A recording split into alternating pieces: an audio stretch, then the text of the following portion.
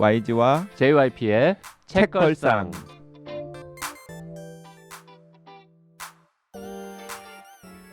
책에 관한 걸쭉하고 상큼한 이야기 YG와 JYP의 책걸상이 찾아왔습니다. YG 강량구입니다. JYP 박재영입니다.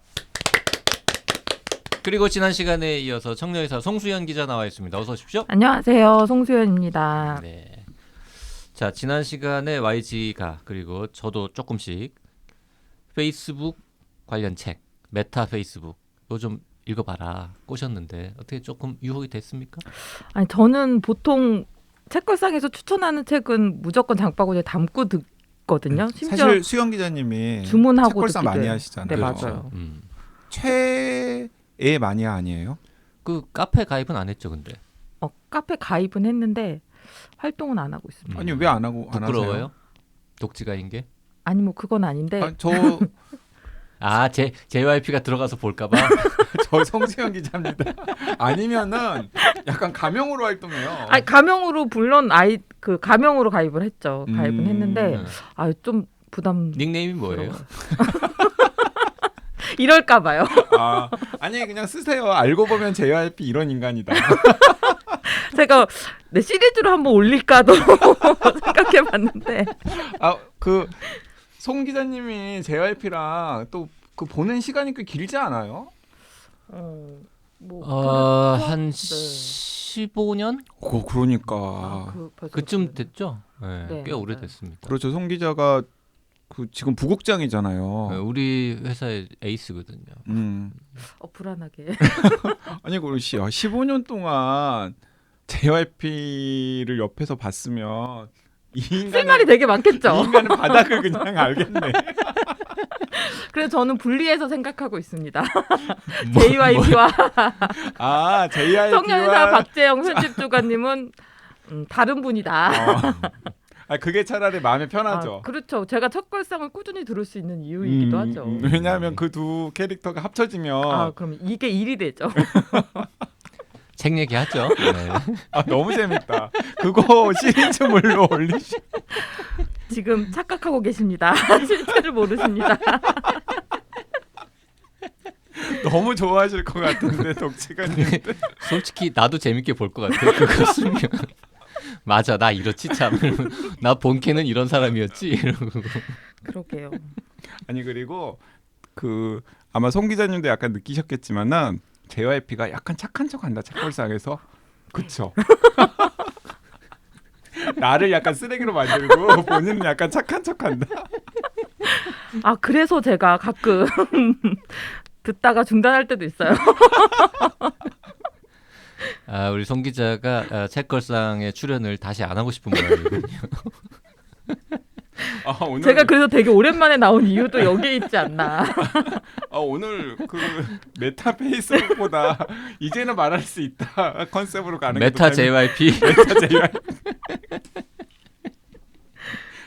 너무 재밌다. 네. 아무튼 제가 지난 시간에 계속 이제 두 분이 되게 초롱초롱한 눈빛으로 있고 재밌다라고 저한테 계속 얘기를 하시는데 계속 눈빛으로 거부하시더라고요. 네.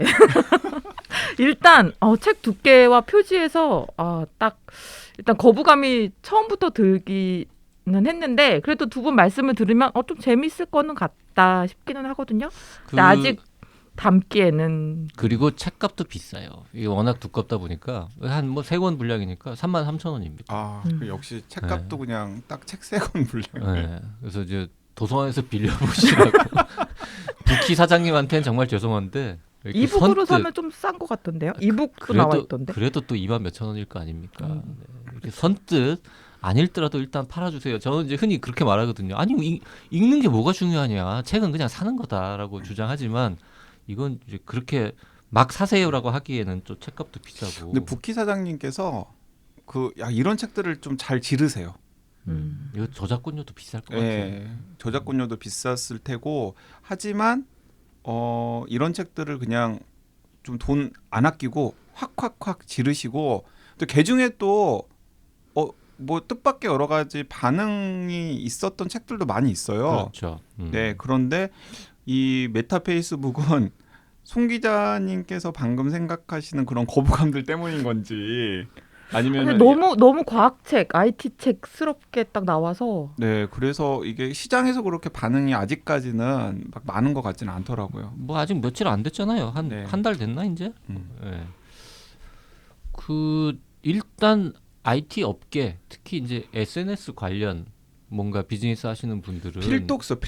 예, 읽어봐야 돼요. 이쪽 세상이 어떻게 돌아가고 있나. 그리고 우리 회사는 지금 뭘 잘못하고 있나. 예, 이런 거를 좀 느껴야 되고요. 왜냐하면 그 페이스북 내부에 그 역사가 업력이 좀 길잖아요. 그리고 굉장히 작은 회사부터 지금 글로벌 기업으로 커왔기 때문에 그 과정에서 온갖 그 신생 IT 기업이 성장하는 과정에서 생길 수 있는 모든 문제들이 이 페이스북에 다 집약되어 있거든요.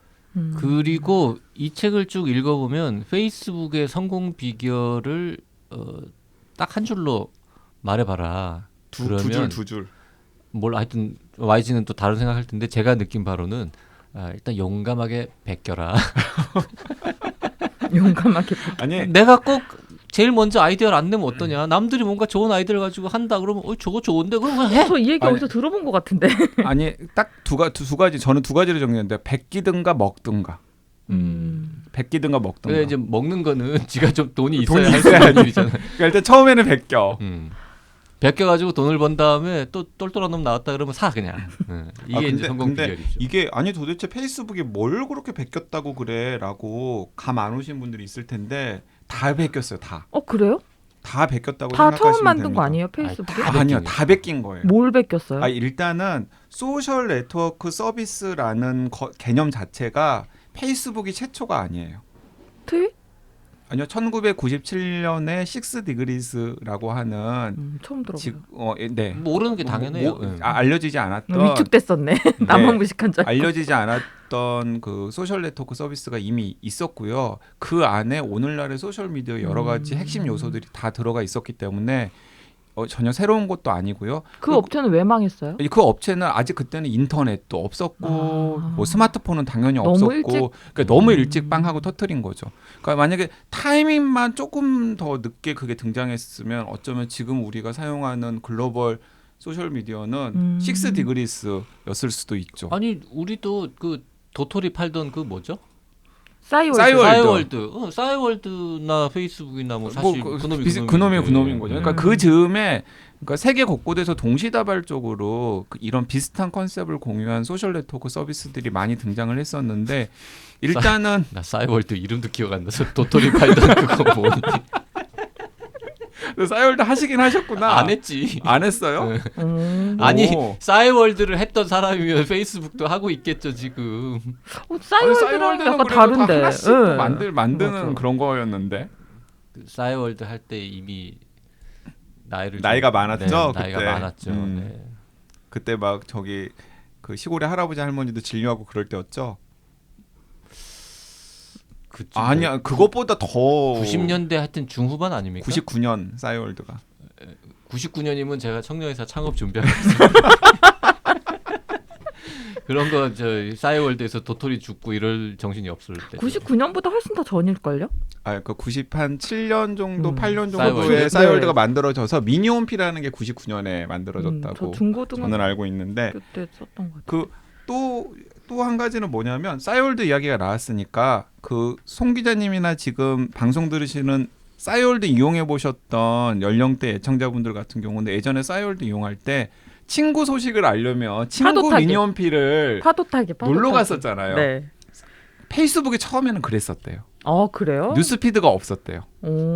그러다가 뉴스피드가 언제 만들어졌냐면 2006년 9월에 뉴스피드 서비스를 처음 도입을 한 거예요. 근데 그때 2006년 3월에 6개월 전에 트위터가 나왔던 거예요. 그래서 트위터를 보고서 그걸 갖다가 베낀 그걸 거예요? 갖다가 베낀 거죠, 사실은. 트위터가 그 팔로우하는 그 인사들의 그런 게시물들 같은 것들을 큐레이션 해가지고 네. 이렇게 메인 화면을 보여주잖아요. 그걸 가져온 거예요. 사실 그 전에도 그 마크 저커버그가 책에도 나오지만 약간 이제 좀 치사하다 그럴까요? 나쁜 짓이라 그럴까요? 이게 유명한 일화인데 그 비슷한 서비스를 계획하고 있던 다른 사람들이 마크가 이런 거 저 코딩 잘한다 소문 듣고 이걸 해달라고 돈 좀 줄 테니까. 그게 그 영화 소셜 네트워크 이야기죠. 해줘가지고 그걸 가져왔어요? 시켰거든. 근데 얘가 마크가 딱 들어보니까 괜찮아. 그래서 그 일 해달라고 부탁한 사람한테 아 내가 좀 바빠가지고 이게 좀 생각보다 어렵네. 조금만 기다려줘 이러고 질질 끈 거야 몇 달을. 그 사이에 지가 막 만들어가지고 페이스북에 다 올린. 아, 그 지금 처음에 이거 해달라고 마크한테 용역 줬던 그 사람들은 얼마나 열받겠어요. 그러게요. 그 나중에 소송 걸었지. 졌죠. 이겼지. 이겼어요? 아니 그러니까 페이스북 그 사람들도 지금 떼부자가 됐지. 아니 그러니까 줬어요 그냥 돈을. 아이 그래. 아 그래 됐다. 됐다 하고 이만큼이면 되니? 그래가지고 걔네들이 돈 받고 나서 영화사랑 감독이랑 작가를 섭외를 해가지고 만든 영화가 그 소셜 소셜 네트워크라고 네트워크예요. 하는 영화래요. 이제 이런 뒷얘기도 책에 나와 있고 또 베낀 게 뭐냐면 사실 저는 스냅챗이라고 하는 그 10대들이 주로 사용하는 그러니까 뭐 메시지 보내면은 뭐 시간 지나면 자동으로 사라지는 그런 서비스 있잖아요. 원래 네네. 그걸 보고서 야 이거 괜찮네 하고 저커버그가 인수를 시도를 했었대요. 내가 돈 많이 쳐줄 테니까 인수해 우리 둘이 같이 하면 될 거야 그랬는데 이제 그 스냅챗의 젊은 CEO는 이제 본인도 관종이었고 미란다 커 남편이잖아요 지금 모델 미란다 커 남편이거든요. 그러니까 본인도 관종이었고 저커버그가 그건 줄 알았던 거지 딱 보자마자. 그래서 안 사람 볼 넘어간 줄 거예요. 아네요. 안 넘어간 거예요. 아 그랬더니 그래 안 넘어가? 그러면서 바로 베낀 거지. 그러니까 뭘 베꼈냐면은 그 스토리라고 하는 서비스. 네. 그게 올리면 영상이나 사진을 올리면 24시간 동안 지인들한테 노출되다가 딱 사라지는 서비스잖아요. 그게 원래 스냅챗 거래요. 근데 그걸 그냥 스냅챗도 스냅챗 스토리였는데 그냥 페이스북에 페이스북 스토리로 그냥 그대로 가져와가지고 되게 뻔뻔하네요. 베꼈고 그 다음에 그 틱톡이 막 네. 유행하니까 그러니까 근데 틱톡이 유행하기 전에 이미 얘는 이제 인스타그램을 인수를 한 거죠. 근데 음. 인스타그램 그 창업자들은 스냅챗 창업자에 비해서 순진했던 거야. 아 그래가지고 뭐 돈도 엄청 많이 준다 그러고 막 시너지가 날 거라 그러니까는 막 고민하다가 다 넘긴 거예요. 그런데 이제 인스타그램이 페이스북보다 더 사랑받는 서비스가 된 거죠. 야 그런데 틱톡이랑 게 나왔네. 그래서 이걸 어떻게 베낄까 하다가 틱톡은 중국 기업이니까 인수도 못 하잖아요. 그러니까 틱톡과 똑같은 릴스라고 하는 서비스를 인스타그램에 딱 런칭을 시키고 그게 인스타는 안 해서 잘 모르겠어요. 그게 인스타그램에서 잘 되니까 최근에 페이스북에다도 심었잖아요. 그 릴스 몰라요? 네. 틱톡은 알아요? 이렇게 너 모르니? 이런 표정. 알리백은 네. 알아요? 뭐야? 이즈백은 아는데 송 기자. 이즈백은 알죠. 근데 틱톡의 핵심 서비스를 인스타에 그대로 갖다가 릴스로 박아가지고요. 저는 이제 그 페이스북은 사실 눈팅만 하지만 인스타는 그래도 조금이나마 하잖아요. 경험 삼아. 릴스 때문에 시간을 자꾸 빼먹어요. 왜? 보느라고요? 또 이게 사진만 있는 게 아니라 뭐가 움직이니까 왠지 또 한번 클릭해보는. 그 클릭하면서도 내가 이 SNS 인생의 낭비라 그랬는데 내가 왜 보고 있지 이러면서 또 보고 있다. 근데 저는 틱톡도 안 하고 릴스도 안 하고 스토리도 뭐 지저분하게 이게 뭐야 막 이제 이래가지고 나는 다 폭망한 서비스인 줄 알았어요. 대성공을 거뒀대요 다. 그것 때문에 체류 시간도 늘어나고 광고도 많이 붙고 막 그랬다고 하더라고. 그러니까 베껴가지고 점점점 자기 서비스를 풍성하게 하는 재주가 있는. 그러니까 결국 우리도 참 어떻게 보면 안타까운 게 아까 말한 그 도토리 싸이월드하고 아이러브 스쿨하고 그 두 개를 합치면 사실 페이스북이죠. 사실 기가 막힌 거 아니야. 아니 그거 글로벌 진출하고 막 그랬어야 글로벌 됐는데. 진출했으면은 그때 우리나라에서 뭔가 엔젤 나타나가지고는 막 돈 막 한 1억 달러 주고 투자해가지고 야 이거 미국에 팔자 뭐 이렇게 했으면은 지금 우리가 아니 우리 건 아니지만 되게 안타까워. 우리가 나라가 우리가 싸이월드나 알럽스쿨의 개발자나 창업자는 아니잖아요. 아니 그래도 혹시 알아 그러면 이제 이 책을 이런 책을 강양구가 쓰는 거지 이제 그 창업자들 인터뷰해가지고 강양구 막 그럴 인쇄 수 많이 있겠네요. 벌고 막 내가 세계적인 사실 그 저커버그 인터뷰 할 수 있는데 영어를 못해가지고 못하는 그럼 거니까. 세계적인 테크 저널리스트로 해가지고 막 유명해지고 이럴 수도 있었던 거 아니야. 네네. 아깝죠. 아니 그리고 너무 웃긴 게 뭐냐면 또 그 송 기자님 왓츠앱이라고 하는 메신저 서비스는 혹시 아세요? 몰라요. 저 진짜 모르나 봐요. 진짜 모른다. 근데 왓츠앱은 한국에서는 잘 안 한국에서는 잘 안 써요. 한국에서는 워낙에 카톡이라든지 뭐 아니면 다른 또 뭐 메신저 그리고 전화 이런 게 잘 돼 있으니까. 카톡 음. 저 인도나 약간 저개발 국가에서 많이 쓰는 카톡이에요? 카톡 같은 건데 그러니까 그걸 왜 저게 하세요? 아니 그러니까 이 책을 보면 다 알고 아. 그리고 평소에 몰랐는데 이 책 보고 안 거야.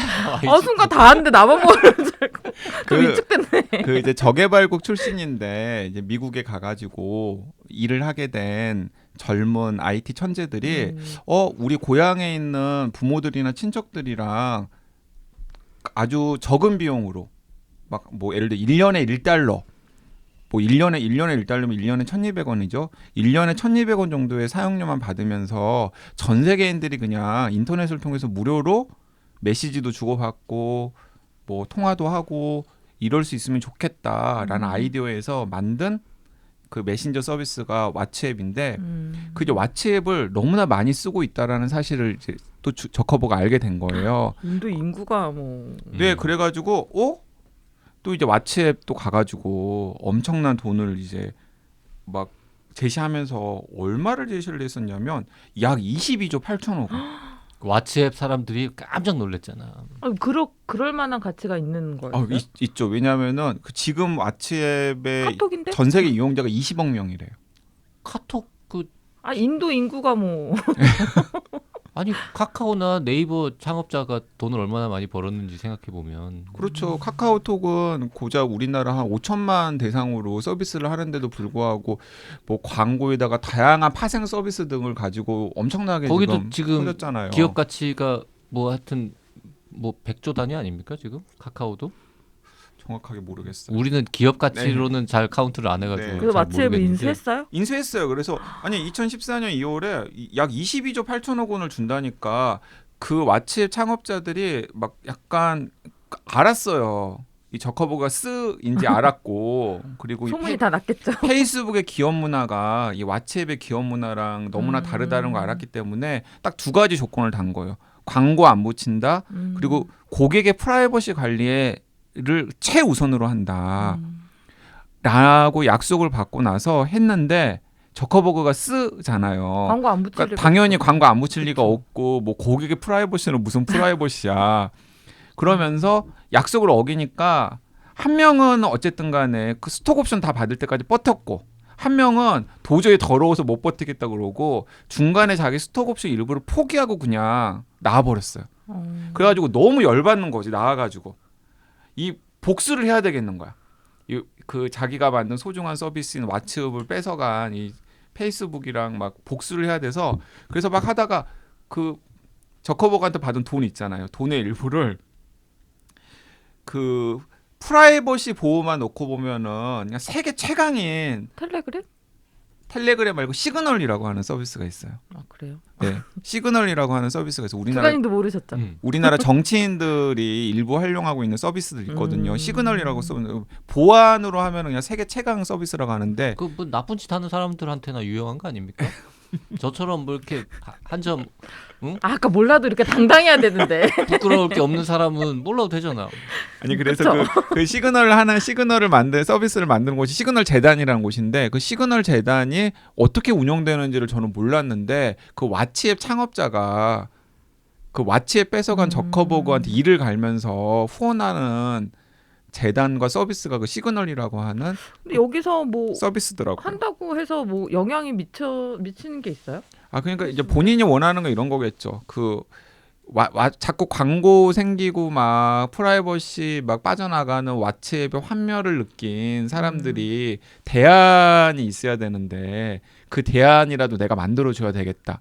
이렇게 해서 나의 약간의 그런 제 대가를 아니 자기 자식 같은 느낌이 있을 거 아니에요. 내가 만든 회사고 그 이름도 내가 정했고. 그쵸. 근데 그 서비스가 되게 뭔가 정말 거지 같은 걸로 뭐 이렇게 되는 거를 못 보겠는 거지. 그래서 그걸 자식을 팔아가지고 떼돈을 벌었으니까 그러니까 청년 의사를 그 JYP가 어딘가에 넘긴 거죠. 돈을 많이 받고. 그런데 갑자기 그 제발 누가 좀 그려줬으면. 그런데 그 인수한 사람이 갑자기 청년 의사를 되게 진심의 눈빛이. 노년 의사로 바꾼 거야. 그러면 노년 의사 말고 뭔가 더 와닿으려면 뭐 양아치 의사. 그래서 막 무슨 뭐 이렇게 뭐 쇼닥터들 막 출연시키고 막 그 사람들 막 홍보 막 하고 막 그러면은 얼마나 막 가슴이 아프겠어요. 그래서 아 그래 나는 새로운 서비스를 또 하나 만들겠다. 그리고 옆에다가 또 뭐 새로운 서비스를 하나 만드는 그런 격이었던 거죠. 한 100억 정도 주시면 제 기꺼이 네, 회사를 네, 제 건 아니지만 적극적으로 좀 매각을 추진해 볼 수 있는데 관심이 있으신 분 아니 관심과 재력이 있으신 분 연락 주시기 바랍니다. 근데 되게 열심히 뭔가에 관심이 많네요. 자기 페이스북 몸집을 키우려고 그러는 건지. 키우려고.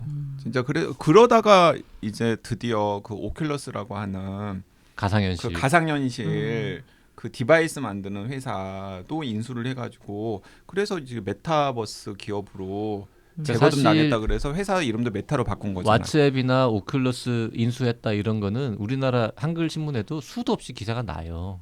근데 이제 그쪽 비즈니스 하는 사람들이 아니면 뭐 어차피 뭐 오큘러스가 뭔데 이런 사람들이니까 그냥 관심 없이 넘어갈 뿐이지 한국 신문에도 막 그냥 기사가 막 몇백 개씩 나는 그런 스토리인데 그거를 다 집대성해가지고 페이스북의 역사를 지금 다 재미난 이야기로 풀어낸 거고요.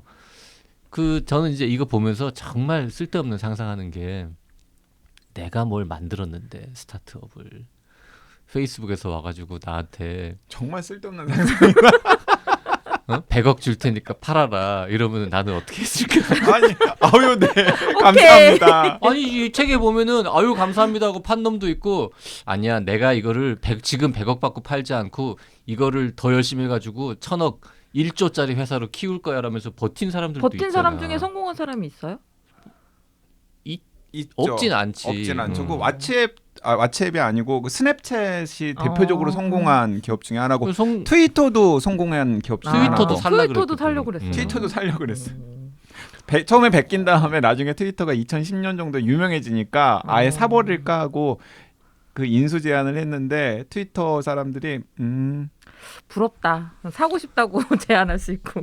송 기자는 만약에 뭘 하나 개발했는데 어디 큰 회사에서 와가지고 한 100억 줄 테니까 좀 팔죠. 이거 키우면은 1000억이 될 수도 있는데 키우기 너무 힘들잖아요. 그래서 판 사람 중에 이유가 너무 힘들어서 그쵸. 내가 이거를 1000억으로 만들 수 있을 것 같긴 한데 그걸 하기 위해서 정말 인생을 갈아 넣어야 되는 게 너무 싫어서 그냥 그만두는 사람들도 있죠. YG는 안 팔고 버텼을 것 같습니다. 저는 전에 다니던 공장 그 공장은 그렇게 떼돈을 벌 수 있는 그러니까 되게 웃겼던 게 뭐냐면 그 전에 다니던 공장을 그 벼룩땡땡에서 산다고 그 뭐 이제는 말할 수 있다. 벼룩땡땡이라고 해야 돼요? 벼룩시장이라고 하면 안 돼? 돼. 아까 그 저커버그 보고 자꾸 쓰라고 쓰레기라고 말하는 게 왜 저커버 마크가 소송 걸까봐? 아니 명예훼손으로? 제가 좀 착해져 보려고. 그래서 벼룩시장에서 벼룩시장을 운영하는 모회사가 있어요. 그 모회사에서 살려고 좀 제안이 세게 들어왔었어요. 뭐 한 수십억 그리고 뭐 고용 승계 다 하고 근데 그게 약간 공적인 역할을 하는 매체가 사주가 있는 신문이 된다라는 게 그때 저는 좀 받아들이기가 약간 그렇더라고요. 그래서 으쌰으쌰 해가지고 협동조합으로 바꿨잖아요. 그 인수를 거부하고 그리고 나는 쫓겨나고. 그래서 쫓겨나신 거예요? 반대해서. 다들 너무 힘들어가지고. 근데 정작 벼룩시장도 잘 안 되지 않습니까? 안 되죠. 시대가 바뀌었으니까. 안 되죠. 네. 그러니까 그때 아마 인수가 됐어도 뭐 당장 월급은 좀 오르고 그쵸. 뭐 회사 뭐 사옥은 좀 좋아지고 그랬더라 하더라도 힘들었을 얼마 거예요. 지나지 않아서 당장 힘들지 않았을까. 벼룩시장이 인수하면은 저 프레시안이 플리시안으로 바뀌는 겁니까? 두 분은 정말 코드가 잘 맞으시네요. 못 들어주겠어요. 지금 성 기자 지금 질색팔색 아니 뭐 표정을 그런 짓는데 것까지는 아닌데. 그럼 괜찮은데 플리시. 네.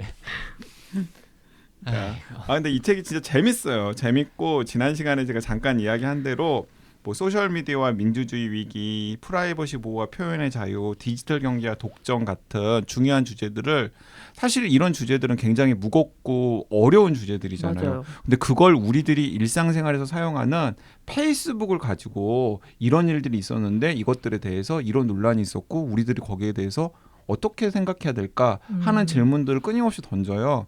그래서 저는 소셜미디어와 일상을 살아가고 있는 교양 시민들이 읽어도 굉장히 좋은 책이 아닐까라는 생각도 듭니다. 그러니까 플랫폼이라는 용어를 이제 굉장히 많이 쓰고 우리 옛날에 언젠가도 그 플랫폼 제국의 미래인가? 미래. 그런 네. 책도 소개한 적이 있지만 그 플랫폼 제국의 미래라는 책을 읽지 않고 그냥 이 메타 페이스북을 읽으면 그 책을 읽었을 때 얻을 수 있는 거의 대부분을 다 그냥 얻을 수 있죠. 맞아요. 네. 이거 한 권으로. 플랫폼 제국 몇 페이지인데요? 플랫폼 제국의 미래보다 이게 2배는 두꺼운데 뭘 강권으로? 2배 두꺼워요. 나 둘 다 봤지만 플랫폼 제국의 미래가 더 좋은 책 같아. 근데 아니야, 근데 재미는 이게 더 있잖아요. 너무 두꺼워. 플랫폼 제국의 미래는 계속해서 막 중요한 의제들을 이거 중요해 이러는데 이건 그냥 스토리텔링 아니, 속에서 그리고 그 책은 4개 회사인가를 케이스 스터디를 한 거고 네. 이거는 오로지 한 개만 한 거잖아요. 플랫폼 제국의 미래가 더 좋은 책이야. 근데 그 플랫폼 제국의 미래를 보면은 좀 몇 년 지나서 이제 옛날 얘기가 있을 뿐이지. 플랫폼 제국의 미래는 다 옛날 얘기인데다가 플랫폼 제국의 미래에서는 페이스북은 그냥 약간 쓰레기다. 제대로 짚은 거 아니에요? 페이스북은 약간 쓰레기고 그리고 페이스북 미래 굉장히 어둡다 이렇게만 음. 되어 있는데 이 책을 보면은 꼭 그렇게만 볼 것도 아니다. 미래가 어둡지만은 않다라고 봐요. 그러니까 뭔가 지금 변화하고 도전하려고 하는데 그 변화하고 도전하는 게 페이스북이라고 하는 뭐 그 메타라고 하는 기업 그리고 페이스북이라고 하는 서비스 그리고 또 그런 소셜 미디어의 영향을 받는 우리들의 삶을 어떻게 바꿀지에 대해서 약간 좀 상상도 해보고 고민도 해보게 되는 계기도 마련하는 책인 것 같아요. 플랫폼 제국의 미래는 지금 찾아보니까 이제 4년 전에 나온 책입니다. 2018년 4월에 한글판이 나왔는데 책걸상의 역사가 정말 오래됐다 이런 느낌도 들고요. 근데 이건 이제 구글, 아마존, 페이스북, 애플 이렇게 4개 회사를 다룬 건데 지금도 기억나는 게 이 4개 중에서 제일 미래가 어두운 게 페이스북이라고 저자들은 얘기했는데 읽으면서 저도 공감했고 근데 페이스북은 아직까지는 안 망하고 네. 잘 버티고 있고 그 오큘러스 인수하면서 지금 가상현실 쪽으로 메타 쪽으로 열심히 회사 이름도 바꾸고 가는데 모르죠. 메타 세상에서 페이스북이 왕이 되면 지금 여전히 잘 나가는 구글이나 아마존이나 애플하고 똑같은 레벨 혹은 더 높은 레벨로 더 성장할 가능성도 있죠. 저는 그 메타버스도 너무 실체가 없는 것 같아서 별로 좀 잘 그 얘기를 모르겠더라고요. 이제 지금부터 YG한테 들어보려고요. 내가 못 읽은 3부 뭐 메타 뭐라고 돼 있더라? 메타버스를 3부 제목이? 향하여 메타버스를 향하여. 여기 3부에는 도대체 무슨 내용이 있습니까? 그러니까 3부에서는 그 진짜 지금 이제 안 읽으려고 뒤에는 좀 알려줘 뭐라고 적혀 있는지. 지금 최근에 페이스북의 행보에 대해서 일단은 모니터링을 쭉 해서 펼쳐 보이고 있고요. 주로 이제 결별 이야기들이에요. 지금까지 그 저커버그가 인수하거나 혹은 협력했던 사람들과 어떤 식으로 결별하고 있는 건지 그리고 또 1부, 2부에서 저커버그나 페이스북에 쳐놓은 수많은 사고들이 있거든요. 그런 사고들이 현재 이제 어떻게 수습이 되고 있는 것인지 그리고 그 와중에서 저커버그는 왜 메타버스라고 하는 새로운 서비스 영역에 관심을 가지게 되었는지 자 그리고 얼마나 그게 실체가 있는 건지에 대해서는 물음표예요. 이 스티븐 레비도 자기도 긴가민가 하는 거예요. 그런데 아까 JYP가 책을 안 읽었는데도 불구하고 핵심을 간파한 게 그런데 이게 아예 말이 안 되는 이야기는 아니거든요.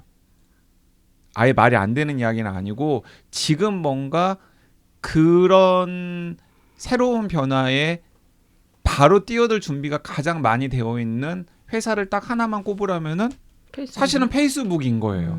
이렇게 뭐 글로벌 네트워크로 수많은 이용자들을 확보하고 있고 거기에다가 그 가상현실에 필요한 최적화된 비교적 저렴하고 성능도 좋은 디바이스에 대한 원천 기술도 가지고 있고 뭐 그리고 또 나중에 이제 그런 그 저커버그가 페이스북 세계 안에서 통용되는 화폐를 만들려고 했다가 리브라라고 하는 암호화폐를 만들려고 했다가 아 이것도 도토리 같은 건데. 어. 그죠? 근데 이제 도토리가 아니고 이건 이제 달러랑 1대1로 교환되는. 도토리도 현금 교환 가능했잖아. 아니에요. 살 수는 살 있었을 수는만 있었죠. 파는 건 안 됐어? 파는 건 안 됐죠. 파는 건 그게 그쪽에서만. 실패예요. 네. 음. 이제 그러면은 그때 도토리는 캐는 건 안 됐어? 스스로 만들어내는 거. 안 됐어. 그러면 채굴 안 대박인데. 됐어. 비트코인의 원조. 원조일 수 있었는데. 아, 그 도토리가 그게 안 됐구나. 근데 인도 정부나 이런 데서 그 노후한 거예요. 페이스북의 그 암호화폐 서비스를 못하게 하겠다 우리나라에서는. 왜냐하면 그러면 사실은 페이스북이 인증한 화폐를 사람들이 거래하고 가지려고 그러지. 예를 들어서 은행 시스템이나 화폐 시스템이 불안정한 제3세계 나라들의 화폐나 이런 것들을 누가 신뢰를 하겠어요. 그렇죠. 그래서 막 여러 나라들이 막 반기를 들어서 일단은 그건 홀딩된 상태거든요. 근데 저커버그는 하려고 하는 거죠, 사실. 어느 순간에는. 그래서 그냥 세계를 완전히 그냥 약간 리얼월드가 있으면 좀 무섭네요. 다른 하나는 페이스북 월드로 그러게요. 만들려고. 근데 그런 이야기들이 3부에 나와요. 그러니까 가상현실이나 메타버스나 이런 것들이 어떻게 발전해서 어떻게 우리 앞에 다가오고 세상을 바꿀지 모르지만 어쨌든 컨텐츠처럼 누군가가 자꾸 만들고 새로운 서비스도 뭐 개발하고 할 텐데 그것들을 서로 이런 게 있어라고 던져주고 남들이 뭐 하는지를 쳐다보고 하려면 그럼 페이스북 같은 30억 명이 연결되어 있는 네트워크를 기반으로 퍼지는 게 훨씬 유리할 것이다. 뭐 당연한 얘기니까. 네. 그러니까 저커버그가 오큘러스라고 하는 그 AR, VR 분야에서 제일 기술이 좋은 회사를 그렇게 비싼 돈 주고 사는 게 이해는 되는 거지. 그리고 그걸 살 만한 충분한 돈은 이미 있으니까 왜 안 사겠냐는 거지. 그리고 우리가 그 얘기는 안 했는데 마크 저커버그가 그렇게 많은 백기기 뭐 이런 뭐 이상한 짓도 많이 하고 괴짜에다가 뭐 너드에다가 긱스에다가 하여튼 이게 뭔가 특이한 나쁜 이미지의 얘기는 다 듣고 사고도 많이 쳤는데 그럼에도 불구하고 더 이상 망가지지 않고 욕을 또 안 먹는 이유가 다 기부했잖아 또 자기가 돈을. 맞아요. 84년생이네요. 나이도 자기 돈 어리구나. 재산의 99%를 다 기부하겠다고 이미 밝혀놔가지고 욕을 또 덜 먹는 것도 있지. 그러니까 너무 웃긴 게 저커버그가 재산이 한 200조 300조 돼요 우리나라 돈으로. 그러니까 얘는 연봉을 안 받아요 월급을 1달러만 받는데요. 근데 어쨌든 재수없어. 배당금도 있고 주식도 있기 때문에 그런데 어쨌든 간에 그 페이스북 의장이잖아요. 창업자가 의장이잖아요. 그러니까 경호에만 1년에 쓰는 돈이 600만 달러, 700만 달러 이런데 60조, 70조를 쓴다는 거지. 월급은 600만 달러면 60억 네, 그러니까 60조. 60조가 아니라 60억 원. 원. 네, 60억 정확하게 원. 합쳐. 경호 비용으로 60조를 쓰는 거는 푸틴도 어, 안 하는 그렇구나. 짓이니까. 이러고 있어. 60억 원. 네. 돈 개념이 없어가지고. 저도 뭐 그냥 큰 그렇구나. 돈에 대해서 이렇게 뭐 별로 조나 만져본 오기나 적이 뭐. 없어가지고. 전화 어기나 뭐. 아이 그래도 그건 이제 바로 잡아야죠. 근데 84년생이면 아직도 되게 창창하네요. 지금 나이 보니까 새삼 놀랐죠. 네. 생각보다 어리네요. 그 이제 송 기자가 아씨 나보다 어리잖아라고 이제 생각하는 건데 우리 저 YG나 JYP는 어떻겠습니까? 아휴. 그만하자. 갑자기 한숨. 이거 뭐 몇 푼 생긴다고 이걸 지금 이렇게 우리가 떠들고 있어 지금. 마크 저커버그의 한 달 경호비도 안 나오는 비즈니스를 한다고 지금 우리가 이러고 한 달 경호비가 뭐야? 60억 원이라고 해도 한 달에 하루 경험. 하루 경호비도 안 나. 오늘 방송 여기까지 하겠습니다. 기분 나빠서도 못 하겠네. 그러고 보니. 자, 재밌습니다. 네, 재밌으니까 여러분들 한번 훑어보시. 딱 저는 그냥 처음 한 50페이지 정도만 읽어라.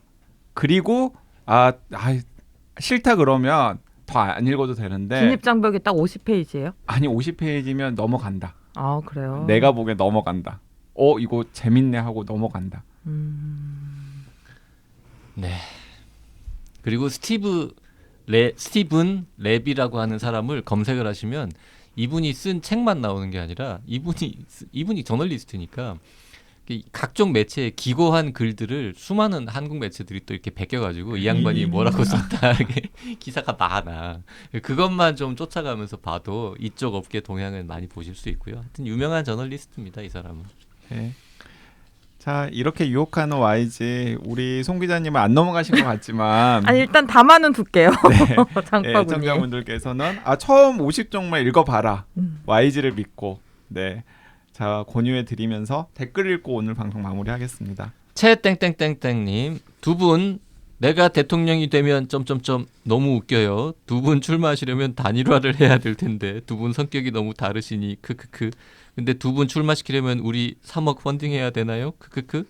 써니님 6개월 쉬는 거 좋네요. 대부분 엄마들이 15개월 출산휴가와 육아휴직을 붙여서 쓰시는데 일단 돌아오신 후 시간이 좀 지나고 육아휴직을 쓰시는 게 좋습니다. 어린이집 입소라든지 입학이라든지 그럴 때 진짜 필요하더라고요.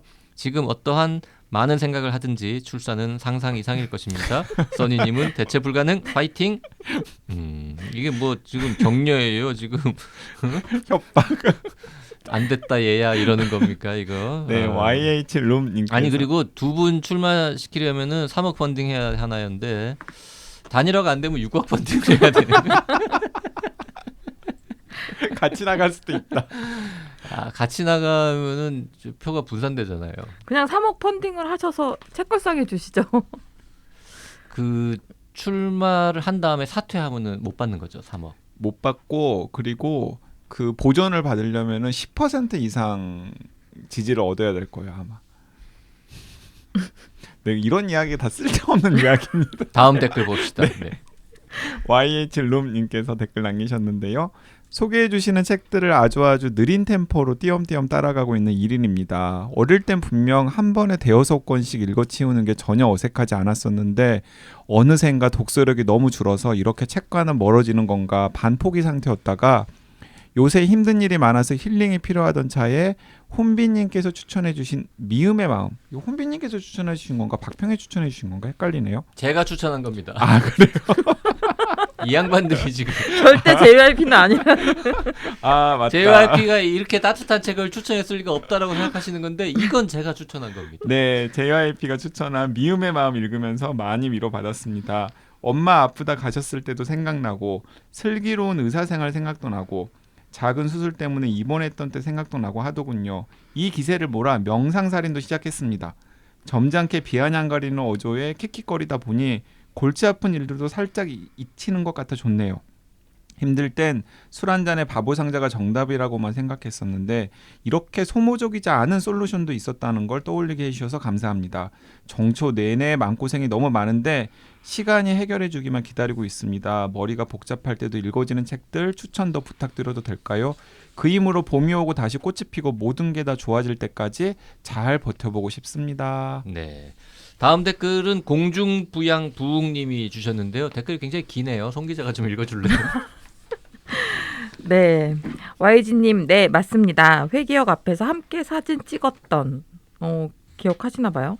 책걸상 이대로 좋은가 편 잘 들었습니다. 중도 확장을 꾀하시는 JYP의 고민에 고개가 갸웃거렸지만 그런 저의 모습을 보면서 어느새 책걸상의 콘크리트 지지자가 된 듯하여 웃었습니다. 1년 된 청취자의 입장에서 경험을 말씀드리자면 댓글은 분명히 진입 장벽의 역할을 했습니다. 시즌3의 초반에는 종종 초반부를 스킵하면서 댓글 소개가 너무 길다 하며 푸념했던 기억이 있습니다. 독지가 카페도 처음에는 참 유별나네 하는 생각이었습니다. 그러다가 점점 카페에 대한 이야기가 방송에서 많이 언급되기도 하고 시즌4 펀딩에 참여하기로 마음먹은 후에는 내심 이제 나도 어엿한 책걸상 독지가 라는 마음이 들었는지 가입도 하고 인사글도 남겼습니다. 그리고 방송 댓글도 남기고 있고요. 제 댓글이 두어 번 소개되자 몇 번을 다시 듣게 했는지 모릅니다. 댓글은 진입장벽이 확실한 듯합니다. 댓글이 뒤로 간 후로 어색할 줄 알았는데 나쁘지 않았습니다. 책에 대한 이야기가 좋습니다. 특집하지 않아도 좋고요. YG님을 매우 좋아하는 동료 선생님이 YG의 책장을 궁금해했는데 저는 하루 일과가 궁금합니다. 직장에 육아에 독서에 페북도 해야 하고 드라마까지. YG 브이로그라도 한번. 네. 네. YG의 책장이나 일과가 뭘 궁금하세요? YG가 무슨 셀럽도 아니고. 맞습니다. 근데 저는 댓글 이 부분 뒤로 한 거 괜찮은 것 같아요. 전 처음에 몰랐거든요. 근데 제가 책을 한번 읽고 소개해준 책을 읽고 그 다음에 다시 듣기를 하는데 아니 앞에 댓글 소개를 이렇게 많이 했어. 어느 에피소드는 앞에 한 30분이 사담이고 책 소개 10분 하고 넘어가더라고요. 와 진짜 진입장벽이. 정말 수다스러운 네. 아재들인 거지. 사실 근데 그런 것도 재밌었는데. 아 그래 저도 처음에 들을 때 나 재밌다 했었는데 다시 듣기를 하니 이게 스킵하는 게 너무 그리고 힘들더라고요. 처음 들으시는 분들도 이거 진짜 이 프로그램 모르는 분들이 갑자기 들으면 얘는 뭐야 이런 저 느낌이. 그래서 책 얘기는 언제 하는데 그러니까. 브이로그 한번 하시죠. 에듀유유유님 줌 연결도 괜찮네요. YG가 원하는 만큼 끼어들지 못하는 것도 포인트고요. JYP가 그런 YG를 은근히 챙겨주시는 것도 포인트네요. 저 너무 웃었잖아요. 긴 밤 읽고 어디서 울어야 할지 몰랐다는 JYP 말씀에 빵 터짐과 동시에 격하게 공감했어요. 감동적인 이야기라는 건 알겠는데 저한테는 와닿지 않았거든요. 단순한 진심 읽으면서는 펑펑 울었던 1인입니다. 안 울었다고 감성이 메말랐다고 단정 짓지는 맙시다. 아무리 좋은 책이어도 뭔가 나한테는 잘 와닿지 않을 수도 있다고 생각합니다. 추가로 독방 꼭 해주세요. 너무 재밌을 것 같아요. 네. 거봐 긴 밤을 읽으면 울어야 한다는 강박관념을 버려야 된다니까. 네, 오늘도 제가 말을 많이 한 것 같은데 줌으로 연결할 거거든요. 줌으로 연결하면 진짜 끼어드는 타이밍을 근데 유혹하는 찾기가 YG니까 어려워요. YG님 말을 그렇긴 많이 하네요. 하셔야죠 네. 오늘은. 자 오늘도 유혹하는 YG로 야 정말 어지간해서는 유혹당하기 쉽지 않은 네. 750쪽에 달하는. 아니 근데 400쪽 이상 안 읽는 게 원칙인 JYP가 그냥 딱 들어가지고 읽기 시작해서 지금 거의 지금 450쪽까지 450쪽까지 읽었다는 것 자체가 이 책이 얼마나 재밌는지를 근데 왠지 3부 안 읽으실 것 같아요. 강제하는 대목이라고 생각합니다. 근데 3부는 진짜 안 읽고 싶은데 아까 또 이렇게 YG 얘기 들으면서 이렇게 뒤적뒤적 해봤다. 뭔 내용이 있는지 소제목들 보니까 재밌는 내용 많아요. 보고 싶네. 또 이거 큰일 났네. 약간 파국, 뒷담화 이런 부분들이 되게 많거든. 내가 사고. 무슨 테크 기업 관계자도 아니고 이거 안 오늘 봐도 성공하셨네요. 아이 정말 나는 그냥 우리 회사 유튜브 채널 활성화나 고민하면 되는데 이렇게 거창한 얘기 몰라도 되는데 하여튼 재밌어요 생각보다는. 네. 네. 오늘 방송 여기까지 하겠습니다. 송 기자 오랜만에 고맙습니다. 네, 감사합니다. 감사합니다.